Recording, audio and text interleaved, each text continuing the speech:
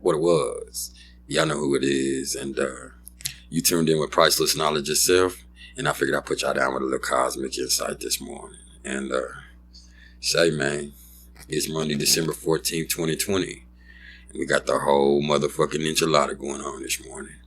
And when I say the whole enchilada, we got this full solar eclipse in Sagittarius. And being that it's so, I really shouldn't waste no motherfucking time. But see, for those of us that are unengaged, I'm going to bring y'all a little bit about what eclipses are in astrology, and more specifically solar eclipses, because that's what we have going on. And also give y'all a little bit about the sign of Sagittarius, which is the energy that's heavy out there today.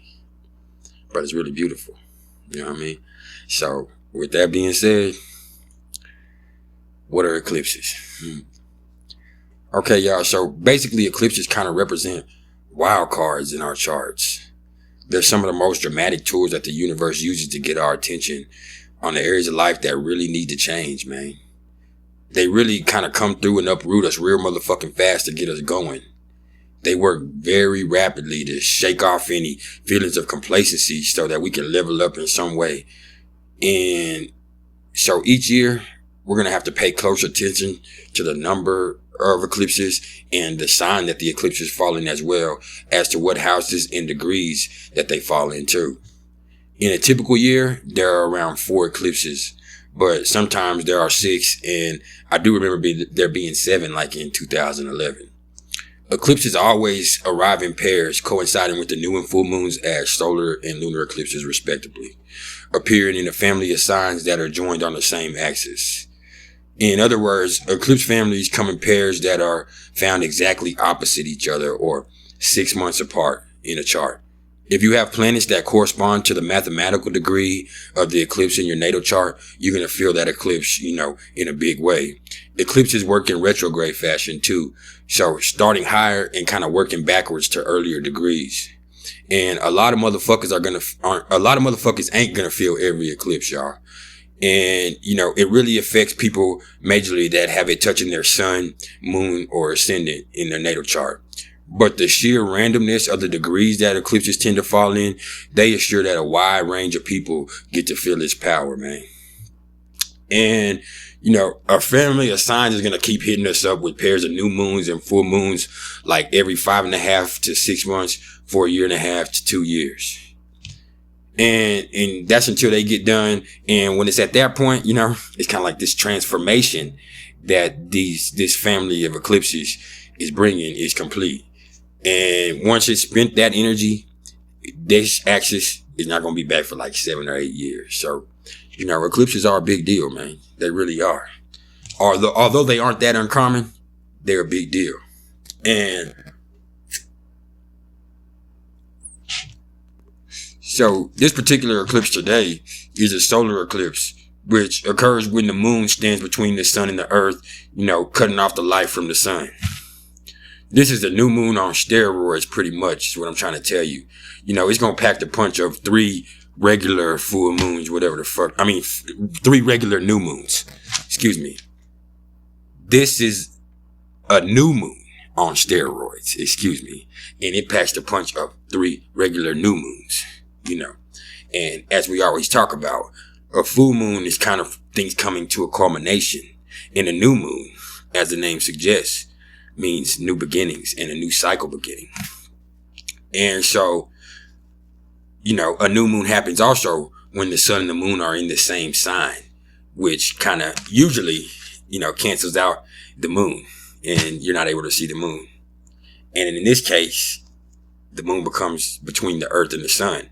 And with this supposedly coincidental dense distance that makes this ring of fire eclipse happen, beautifully, that's what we get.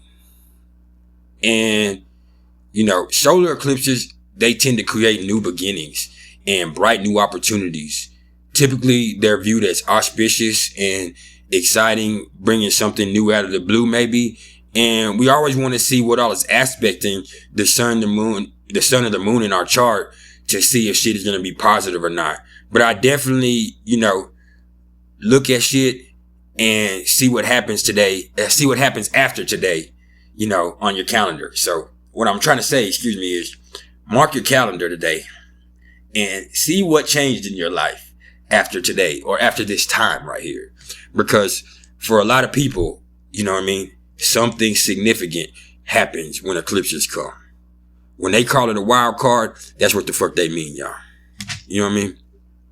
And I will say this. Look and see also wherever Sagittarius shows up in your chart and whatever degrees that may be. And this might give you a little insight also as to what's going down, because this particular eclipse is falling in the sign of Sagittarius, while it's also conjunct Mercury in Sagittarius. And also people with Cancer, Sun, Moon, or Rising are always going to feel anything that is bringing up any kind of major energy with the moon. Okay? Like, it's a big deal. So, now that we got eclipses covered, what is the sign of Sagittarius? Sagittarius is the ninth sign of the zodiac. It rules the ninth house. It's ruled by Jupiter, and it lords over the hips and thighs.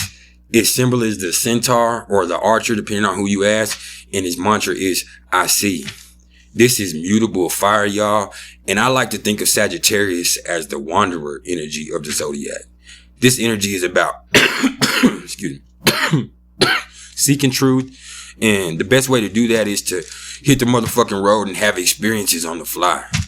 Knowledge and wisdom are key with Sagittarius, and it comes through having a broad-minded approach to shit. The Sagittarius sign is keenly interested in philosophy and religion, and this is always the true internal quest with this energy. It wants to be free, to really seek out the meaning of life in a big way and on their own terms.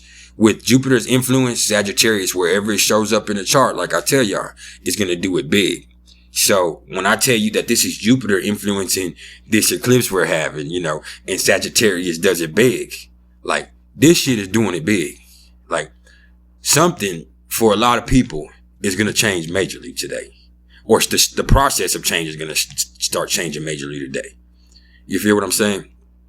And so, like I said, man, when we're talking about this solar eclipse in Sagittarius that we got going on today, Sagittarius is ruled by Jupiter, as I done said 3 or 4 times already. And whatever goes down, that means it's going to be expansive and stimulating. And some of us are liable to be pulled to find something different and adventurous with our lives after this. For those of us that really get hit up by this motherfucker, it can be somewhat of a major turning point. And decisions made right now have long-lasting implications on the future of our lives, if you allow it to. That's where I try to tell y'all with all of this, you know. Just because the energy's there don't mean you got to do shit with it. You know, the energy's just there. A hammer is a hammer, and it's laying there, and it's a hammer. But it ain't knocking shit down or in unless you pick it up and do something with it. You understand that? You know, this particular eclipse is also triggering the karmic south node, which is also in Sagittarius.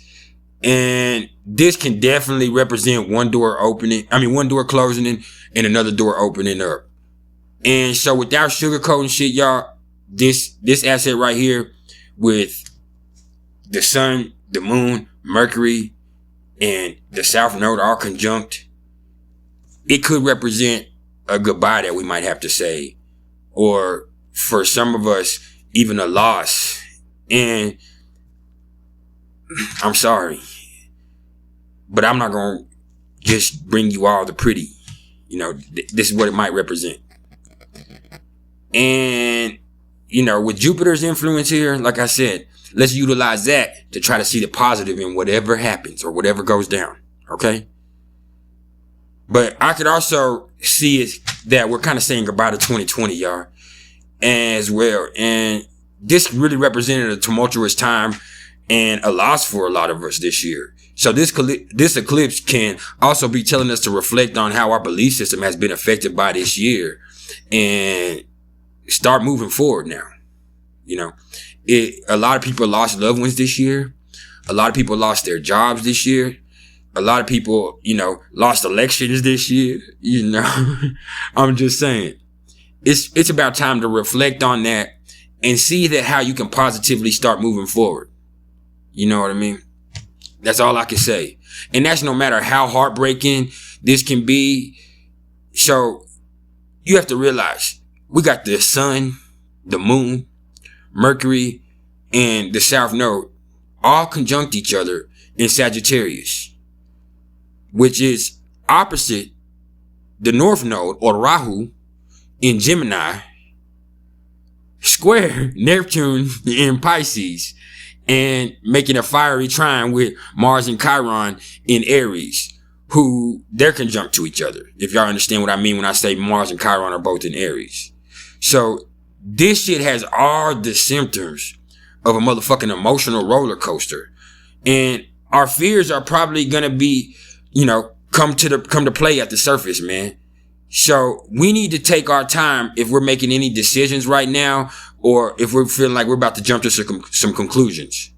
Our judgment could be clouded, and nobody wants to end the year on a fucked up note, man.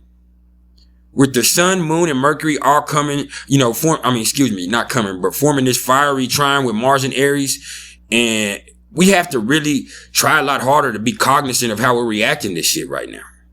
You understand that? There's a lot of fire energy. And before we jump to any conclusions or we trip the fuck out, we might need to try to think. And the square that the eclipse forms with Neptune and Pisces, it kind of brings a mysterious and secret element to this whole ordeal. So I'm going to let you know off top to kind of be on point, because shit might not be the way that it appears right now.